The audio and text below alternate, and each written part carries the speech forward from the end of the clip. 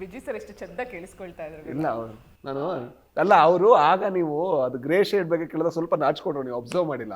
ನಾನು ಅದು ನಿಂಗೆ ನೋಡ್ತಾ ಇದ್ದೆ, ಹಿಡಿತಾರ ನಾಚಿಕೆ ಆಯ್ತಾ ವಿಜಯ್ ಸರ್? ಸ್ವಲ್ಪ ಒಬ್ಬ ಇದು ಗೊತ್ತಿರ್ಲಿಲ್ಲ, ಇದು ಹೊಸ ವಿಷಯ ನಮ್ಗೆ.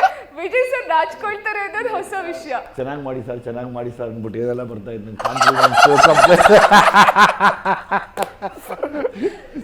ಸರ್. ಇವಾಗ ಸಾಂಗ್ ಸಕ್ಸಸ್ಸೇ ಕಾರಣ ಸಾರ್ಗೆ.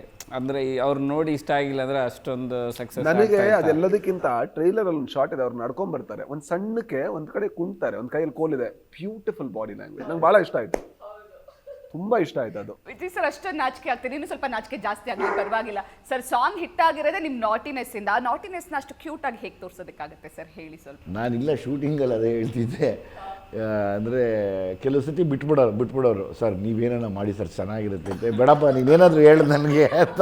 ಇವತ್ತು ನೋಡಿ ಇದೆಲ್ಲ ನಾನು ಅನುಭವಿಸ್ಬೇಕು ಇವಾಗ. ಇಲ್ಲ ನಾನೊಂದು ಹೇಳ್ಬಿಡ್ತೀನಿ.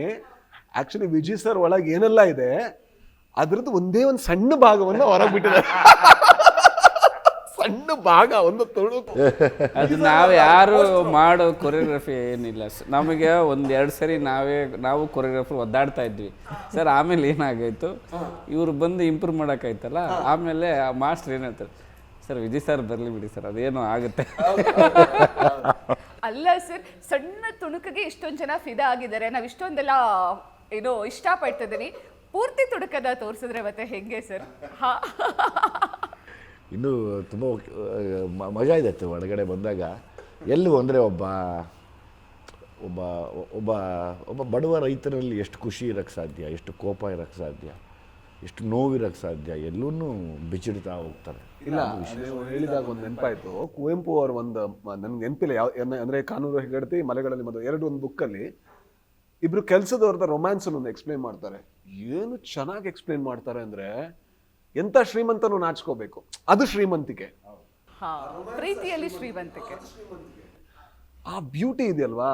ಐ ಥಿಂಕ್ ಇವ್ರು ಹೇಳಿದಾಗ ನಂಗೆ ಅದು ನೆನಪಾಯ್ತು ಅಲ್ವಾ, ಅದಲ್ವಾ ಶ್ರೀಮಂತಿಕೆ. ಹೌದು ಸರ್. ಇವಾಗ ನಾವು ಡ್ಯಾನ್ಸರ್ಸ್ ಹಾಕಿ ಒಳ್ಳೆ ದುಡ್ಡು ಸೆಟ್ ಹಾಕಿ ಏನೇನೋ ಮಾಡಕ್ ಹೋಗಿದ್ವಿ, ಅದನ್ನ ಕೆಮಿಸ್ಟ್ರಿ ನನಗೆ. ಆಮೇಲೆ ಸಾರ್ ಅವೆಲ್ಲ ಮಾಡ್ಬಿಟ್ಟು ಬೇಡಪ್ಪ ಇದು ಒಂದು ಎಕ್ಸ್ಪ್ರೆಷನ್ ಮೇಲೆ ಹೋಗೋಣ ಅಂತ ನಾವು ಅದನ್ನ ಸುಮ್ಮನೆ ನಮ್ಮ ಸರ್ ಇವಾಗ ತಾನೇ ರಾಜ್ ಹೇಳಿದ್ದಾರೆ ನಿಮ್ಮ ಒಳಗಡೆ ಇರುವಂತಹ ಕಲೆ ಅದನ್ನ ತುಡುಕು ಅಂತ. ನೀವು ಒದ್ದಾಡ್ದೆ ಅಂತೆಲ್ಲ ಸುಳ್ಳು ಹೇಳ್ಬಾರ್ದು ಸರ್ ಇವಾಗ. ಅಲ್ಲ ಈಗ ನೀವು ಹೆಣ್ಮಕ್ಳು ಹೇಳಿದಾಗ ನಾವು ಮ್ಯಾಚ್ಗೆ ಹೆಣ್ಮಕ್ಳು ಹೇಳ್ತಿರೋದಕ್ಕೆ ನಾಚಿಕೆ ಆಗ್ತದೆ. ನೋಡಿ ಕಣ್ಣು ಹೊಳಿತಿರೋದು ಕಾಣಿಸ್ತಿಲ್ಲ ನಿಮ್ಗೆ, ಲೈಟ್ ಇಂದ ಅನ್ಕೊಂಡ್ರೆ ಅದು ಲೈಟ್ ಇಂದ ಅಲ್ಲ ಅದು. ಬಟ್ ನೀವು ನಾಚ್ಕೊಳ್ಳೋದು ನೋಡೋದಕ್ಕೆ ಚೆನ್ನಾಗಿದೆ ಸರ್. ಸ್ಕ್ರೀನ್ ಅಲ್ಲ, ರಿಯಲ್ ಆಗಿ ನಾಚ್ಕೊಳ್ಳೋದು ನೋಡೋದಕ್ಕೆ ಚೆನ್ನಾಗಿದೆ. ಹಾಕೊಂಡ್ಬಿಟ್ನ ನಾನು. ಹೌದು ರಾಜ್, ನನಗೆ ಯಾವಾಗ್ಲೂ ನಿಮ್ದು ಯಾವುದೇ ಸಿನಿಮಾ ಅನೌನ್ಸ್ ಆದಾಗ್ಲೂ ನನಗೆ ಯಾವಾಗ್ಲೂ ಅನ್ಸೋದು, ಇವರಿಗೆ ಈ ರೀತಿ ವಿಭಿನ್ನ ಪಾತ್ರಗಳು ಹುಡ್ಕೊಂಡ್ ಬರುತ್ತಾ ಅಥವಾ ರಾಜ ವೆಯ್ಟ್ ಮಾಡ್ತಾರ ಈ ತರದ ಪಾತ್ರಗಳು ಬೇಕು ಅಂತ? ಹೇಗೆ ಎಲ್ಲಾ ಸಿನಿಮಾದಲ್ಲೂ ಒಂದು ವಿಭಿನ್ನ ರೀತಿಯ ಪಾತ್ರಗಳು ನಿಮ್ಮನ್ನು ಹುಡ್ಕೊಂಡು ಬರುತ್ತೆ? ಐ ಥಿಂಕ್ ನನಗೊಂದು ದೊಡ್ಡ ಭಾಗ್ಯ ಇದೆ. ನಾನು ಒಬ್ಬ ರೈಟರ್ ಡೈರೆಕ್ಟರ್ ಆಗಿರೋ ಕಾರಣದಿಂದಾಗಿ ನನಗೆ ಆಕ್ಟ್ ಮಾಡಬೇಕು ಅನ್ನುವಂಥ ಯಾವುದೇ ದರ್ದಿಲ್ಲ, ಆಕ್ಟ್ ಮಾಡಲೇಬೇಕು ಅನ್ನುವಂಥ ಯಾವುದೇ ಹಪಾಪಿ ಇರಲ್ಲ. ಸೊ ಆ ಪಾತ್ರ ಬಂದಾಗ, ನಾನು ಮಾಡದೇ ಇರುವಂಥ ಪಾತ್ರ ಬಂದಾಗಲೇ ಒಪ್ಕೋಬೇಕು ಅನ್ನುವಂಥ ಒಂದು ಆ್ಯಂಗಲ್ ಇರುತ್ತೆ. ಆ ಕಾರಣದಿಂದಾಗಿ ಈ ಥರ ನಾನು ಮಾಡಿಲ್ಲಲ್ಲ, ಮಾಡೋಣ ಅಂತ ನನಗನ್ಸದ್ ಬಿಟ್ರೆ ಇದರಿಂದ ಇಮೇಜ್ ಏನಾಗುತ್ತೆ, ಜನ ಏನು ಅನ್ಕೋತಾರೆ, ಅಥವಾ ಮಾರ್ಕೆಟ್ ಏನಾಗುತ್ತೆ, ಆ ಲೆಕ್ಕಾಚಾರಗಳು ಬರಲ್ಲ. ನಾನು ಯಾವಾಗಲೂ ನನಗೆ ಒಂದು ಮಾರ್ಕೆಟ್ ಇದೆ ಅಂತಲೇ ಒಪ್ಕೊಳ್ಳಲ್ಲ. ನಾನು ಯಾವಾಗಲೂ ಹೇಳೋದು, ನಾವು ಒಂದು ಒಳ್ಳೆ ಸಿನಿಮಾ ಮಾಡ್ಬೇಕು, ಆ ಸಿನಿಮಾಗೆ ಏನು ಮಾರ್ಕೆಟ್ ಇದೆ ಅದು ಮಾತ್ರ ಮಾರ್ಕೆಟು, ಅಂದರೆ ನನಗೇನೋ ಇದೆ ಅಂತ ನಾನು ಭಾವಿಸಲ್ಲ. ಸೊ ಹಾಗಾಗಿ ನನಗೆ ಅದು ಎಕ್ಸ್ಪೆರಿಮೆಂಟ್ ಮಾಡೋಕೆ ತುಂಬ ಈಸಿ ಆಗುತ್ತೆ. ಎಷ್ಟು ಇಂಟ್ರೆಸ್ಟಿಂಗ್ ಆಗಿ, ಎಷ್ಟು ನೀಟಾಗಿ ಎಲ್ಲದನ್ನು ಎಕ್ಸಾಕ್ಟ್ಲಿ ನನಗೆ ಡೌಟ್ ಏನಂದ್ರೆ ಇವ್ರು ನಿಜವಾಗ್ಲೂ ಕೇಳಿಸ್ಕೊಳ್ತಿದಾರ ಅಥವಾ ಯಾವ ಕಾಂಪ್ಲಿಮೆಂಟ್ಸ್ ಬಂದಿತ್ತು, ಎಲ್ಲೆಲ್ಲಿಂದ ಕಾಂಪ್ಲಿಮೆಂಟ್ಸ್ ಬಂದಿತ್ತು ಅಂತ ಯೋಚನೆ ಮಾಡ್ತಿದಾರ ಅಂತ ಕೇಳಿಸ್ಕೊತಾ ಇದ್ದೆ.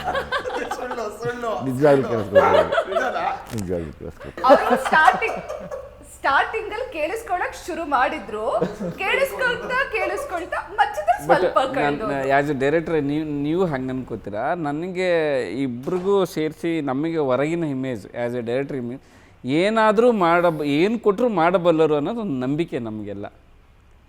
ಅದಕ್ಕೋಸ್ಕರ ನನಗೆ ಸರ್ 50 ವರ್ಷದ ಒಂದು ಇದು ಮಾಡಿ ಸರ್ ಹಿಂಗೆ ಮಾಡಿ, ನನಗೆ ಅಲ್ಲ ತುಂಬ ಬರೋ ಡೈರೆಕ್ಟ್ರು ಇರೋ ಡೈರೆಕ್ಟ್ರಿಗೆ ಇಬ್ಬರ ಮೇಲೂ ಆ ಥರ ಏನು ಕೊಟ್ಟರು ಮಾಡುವಂಥ ಒಂದು ಇಲ್ಲ ನನಗೆ ಇದಿದೆ ಫಸ್ಟ್ ಭಯ ಅನ್ನೋದು ಇತ್ತು ಸೆಟ್ಟಿಗೆ ಹೋದಾಗ. ಭಯ ಆಯ್ತಾ? ಫಸ್ಟಿಗೆ ಹೋದಾಗ ಭಯ ಯಾಕೆ ಇತ್ತು. ಲ್ಯಾಂಗ್ವೇಜ್ ನನಗೆ ಕಂಫರ್ಟೇಬಲ್ ಅಲ್ಲ, ಜೊತೆಗೆ ಡೈಲಾಗ್ ರಿದಮ್ ನಾನ್ ಬರೆಯೋ ತರ ಬೇರೆ, ಇವ್ರು ಬರೆಯೋ ತರ ಬೇರೆ.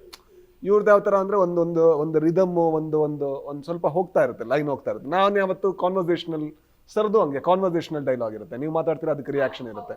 ಸರ್ದು ಇವ್ರದ್ದು ಸ್ವಲ್ಪ ಒಂದು ಮೊನೋಲಾಗ್ ಸ್ಟೈಲ್ ಇರುತ್ತೆ, 4 ಲೈನ್ ಬೀಳುತ್ತೆ. ಒಂದು 4-5 ಲೈನ್. ನಾನು 4-5 ಲೈನ್ ಬೇಕಾ, 3 ಮಾಡೋಣ, 2.5 ಮಾಡೋಣ, 1 ಕಮ್ಮಿ ಮಾಡೋಣ ಅಂತ ನಾನು. ಬಟ್ ಆದ್ರೆ ಅದು ಕಲಿಬೇಕು, ಜೊತೆಗೆ ಆ ಕ್ಯಾರೆಕ್ಟರ್ ತರ ಮಾತಾಡಬೇಕು, ಜೊತೆಗೆ ಇಡೀ ಸಿನಿಮಾದಲ್ಲಿ ನಾನು ಈ ಪಾತ್ರ ಹೇಗೋ ಕಾಣಿಸ್ಬೇಕು ಅಂತ ನನ್ನ ತಲೆಯಲ್ಲಿದೆ. ಅದು ಫಸ್ಟ್ ದಿನದಿಂದನೇ ಆ ಕ್ಯಾರೆಕ್ಟರ್ ಕೂರ್ಬೇಕಲ್ವಾ. ಆಮೇಲೆ 3ನೇ ದಿವಸ ಆದ್ಮೇಲೆ ಕ್ಯಾರೆಕ್ಟರ್ ಸಿಕ್ಕಿದ್ರೆ ಏನ್ ಮಾಡ್ತೀರಾ? ಹಾಗಾಗಿ ಅದೆಲ್ಲ ಭಯ ಇತ್ತು. ಬಟ್ ಅವ್ರಿಗೇನು ಹೇಳಿಲ್ಲ ಭಯ ಇದೆ ಅಂತ, ಮಾಡ್ತಾ ಹೋದೆ. ಅವರು ಏನು ಕೆಡದಾಗಿದೆ ಅಂತ ಹೇಳಿಲ್ಲ, ಓಕೆ ಪರವಾಗಿಲ್ಲ ಮಾಡ್ತೀನಿ ಅಂತ ಅನ್ಸುತ್ತೆ ಅಂತ ಮುಂದೆ ಹೋದೆ ನಾನು.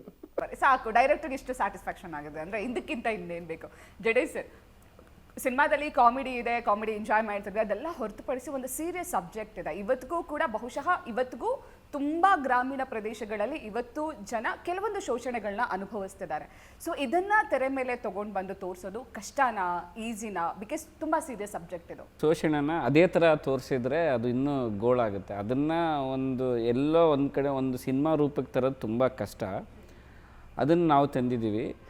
ಈ ಶೋಷಣೆ ಅನ್ನೋದು ಅದು ಇರುತ್ತೆ, ಕಾಲಕ್ಕೆ ಬೇರೆ ರೂಪ ತಾಳಿ ಬೇರೆ ರೀತಿಯಲ್ಲೇ ಇರುತ್ತೆ. ಅದೇ ರೀತಿಯಲ್ಲೇ ಇದೆ ಅಂತ ಹೇಳೋಕ್ಕಾಗಲ್ಲ.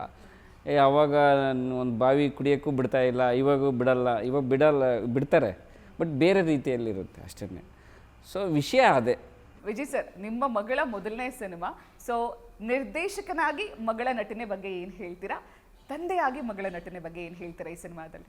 23ನೇ ತಾರೀಕು ಮಾರ್ನಿಂಗ್ ಶೋ ಆಗಲಿ ಅಂತ ಕಾಯ್ತಾ ಇದ್ದೀನಿ. ಯಾಕೆಂದರೆ ನನಗಿನ್ನ ಹೆಚ್ಚಾಗಿ ಪ್ರೀತಿಯಿಂದ ನೋಡೋ ಜನತೆ ಮಾರ್ಕ್ಸ್ ಕೊಡಬೇಕು, ನಾನು ಯಾರು ಕೊಡೋದಕ್ಕೆ. ಯಾಕೆಂದರೆ ಇದು ಪಬ್ಲಿಕ್ ಪರೀಕ್ಷೆ. ನನ್ನ ಪರೀಕ್ಷೆ ಆದರೆ ಹೇಳ್ಬಿಡ್ತಿದ್ದೆ ಈಗ. ಸರ್, ತುಂಬ ಸ್ಟ್ರಾಂಗ್ ಆಗಿರೋ ಪಾತ್ರ ಇದು. ಅವ್ರು ಹೇಳ್ದಾಗೆ ಸರ್ವೈವರ್ ಅನ್ನೋ ಇದೆಯಲ್ಲ, ಅಂದರೆ ಒಂದು ಸಿನಿಮಾದಲ್ಲಿ ನಾನು ನೋಡಿದ್ದೆ, ಬದುಕಬೇಕು, ಯಾಕೆ ಬದುಕಬೇಕಾದ್ರೆ ಬದುಕೋದಕ್ಕೋಸ್ಕರನೇ ಬದುಕಬೇಕು ಅಂತ. ಸೊ ಆ ಥರ ಪಾತ್ರ ನಿಮ್ಮದು.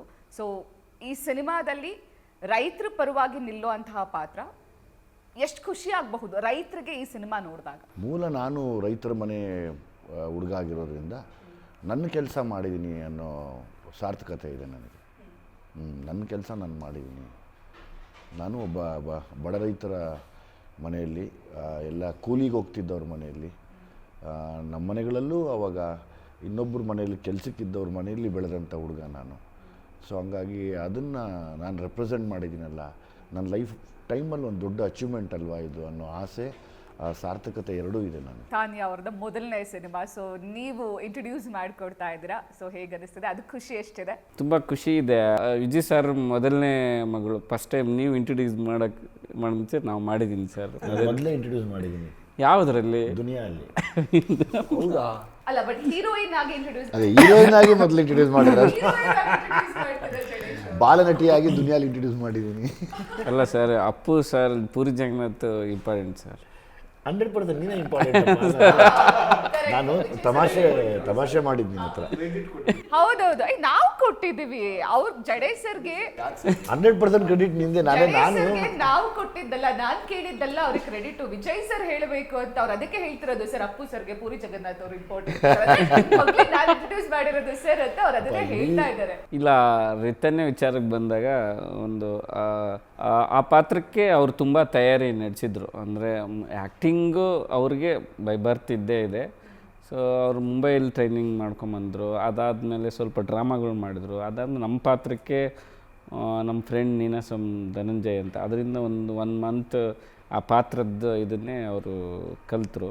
ಅದರಿಂದ ತುಂಬ ಈಸಿ ಆಯಿತು. ವಿಜಯ್ ಸರ್, ಸ್ಕ್ರೀನ್ ಮೇಲೆ ನಿಮ್ಮ ಮತ್ತು ರಾಜ್ಬಿ ಶೆಟ್ಟಿ ಅವರ ಟಗಾಫರ್ ಎಷ್ಟು ಎಕ್ಸ್ಪೆಕ್ಟ್ ಮಾಡಬಹುದು ನಾವು? ಫುಲ್ ಧಮೈಕೆದಾರ್ ಅಂತ, ಫುಲ್ ಹೊಡೆದಾಟನ ಹೇಗೆ? 23 ಮಾರ್ನಿಂಗ್ ಶೋ. ಅದೇ ಸರ್, ಸ್ವಲ್ಪನಾದ್ರೂ ಹಿಂಟ್ ಕೊಡ್ಬೇಕು. ಸ್ವಲ್ಪ ಅದೇ ಟ್ರೈಲರ್ ಅಲ್ಲಿ ಕೊಟ್ಟಿದ್ದೀವಿ. ಟ್ರೈಲರ್ ಅಲ್ಲಿ ನಾನು ಇಬ್ರದ್ದು ಒಂದು ಸೀಕ್ವೆನ್ಸ್ ನೋಡಿದೆ, ನಾನು ಈಗಲೇ ಹೇಳೋದು ಬೇಡ, ಬಟ್ ರಾಜ್ ಹಾರಿ ಎಲ್ಲ ಹೊಡೆಯೋದಿದೆ, ಫೈಟ್ ಮಾಡೋದು ಎಷ್ಟು ಮಜಾ ಮಾಡಿದ್ರಿ, ಆಕ್ಷನ್ ಸೀಕ್ವೆನ್ಸ್ ಎಷ್ಟು ಮಜಾ ಮಾಡಿದ್ರಿ, ರಾಜ್ ನಕ್ಸಿದ್ದೀರಾ, ಗರುಡ ಗಮನ ವೃಷಭ ವಾಹನದಲ್ಲಿ ಹೊಡೆದಿದ್ದೀರಾ, ಬಟ್ ಹಾರಿ ಎಲ್ಲ ಫೈಟ್ ಮಾಡೋದು ಹೆಂಗಿತ್ತು? ಸೂಪರ್ ಮನ್ ಫೀಲ್ ಏನಾದರೂ ಬಂದಿದೆ? ಇಲ್ಲ, ಐ ಥಿಂಕ್ ಫೈಟ್ ಯಾವತ್ತು ಡ್ಯಾನ್ಸ್ ಥರ, ಎದುರುಗಡೆ ಹೌದು ಡ್ಯಾನ್ಸ್ ಥರ, ಫೈಟ್ ಥರ ಅಲ್ವಾ ಸರ್? ಸೊ ಅದು ಡ್ಯಾನ್ಸ್ ಥರ, ಅಂದರೆ ಜೊತೆಗೆ ಪಾರ್ಟ್ನರ್ ಜೊತೆ ಮಾಡೋದ್ರಿಂದಾಗಿ ಅವರು ತುಂಬ ಇಂಪಾರ್ಟೆಂಟ್ ಆಗ್ತಾರೆ, ಕಲಿಸುವಂಥ ಕೊರಿಯೋಗ್ರಫರ್ ತುಂಬ ಇಂಪಾರ್ಟೆಂಟ್ ಆಗ್ತಾರೆ. ಸೊ ಎಂಜಾಯ್ ಮಾಡಿದ್ದೀನಿ. ಸೊ ಎಂಜಾಯ್ ಮಾಡಿ, ಯಾಕಂದರೆ ಆ ಪಾತ್ರ ಹಾಗೆ ಮಾಡಬೇಕು. ಸೊ ಎಷ್ಟು ಚೆನ್ನಾಗಿ ಮಾಡಿದ್ದೀವಿ, ಎಷ್ಟು ಚೆನ್ನಾಗಿ ಮಾಡಿಲ್ಲ ಅನ್ನೋದು ಚೆನ್ನಾಗಿ ಮಾಡಿದ್ದೀರಿ ಸರ್. 23ನೇ ತಾರೀಕು ಅವ್ರು ಹೇಳ್ಬೇಕು ಸರ್. ಇಲ್ಲ ನನಗೆ ಇಲ್ಲ ಸರ್. ಅಲ್ಲ, ಡೈರೆಕ್ಟರ್ ಹೇಳಿದ್ಮೇಲೆ ಅಲ್ಲಿ ಮುಗೀತು, ಶಾರ್ಟ್ ಕಟ್ ಆಯ್ತಲ್ವಾ ಸರ್. ಎಡಿಟಿಂಗ್ ಅಲ್ಲಿ ನೋಡಿ, ಸಿನಿಮಾದಲ್ಲಿ ನೋಡಿದ್ರೆ ಚೆನ್ನಾಗಿ ಮಾಡಿದ್ದೀರಿ. ಅವ್ರಿಗೆ ಆಡಿಯನ್ಸ್ ಹೇಳಬೇಕು ಸರ್. ನೀವು ಹೇಳಿದ್ದಾಗಿದೆ, ಅವ್ರು ಸೆಟ್ಟಲ್ಲಿ ಅಲ್ಲೇ ಕೇಳಿ ಹೇಳಿದಾರೆ. ಆಡಿಯನ್ಸೇ ಹೇಳಬೇಕು. ಇವಾಗ ಆಡಿಯನ್ಸ್ ಹೇಳಿದ್ಮೇಲೆ ಅವ್ರಿಗೆ ಇವಾಗ ಖುಷಿ ಆಗೋದು. ಬಟ್ ನಾನು ತುಂಬಾ ಕ್ಯೂರಿಯಾಸಿಟಿಯಿಂದ ಕಾಯ್ತಿದ್ದೆ ನಿಮ್ಮಿಬ್ರು ಟಗಾಫರ್ ನೋಡೋದಕ್ಕೆ, ಬಿಕಾಸ್ ಇಬ್ರು ಅದ್ಭುತವಾದಂತಹ ನಟರು.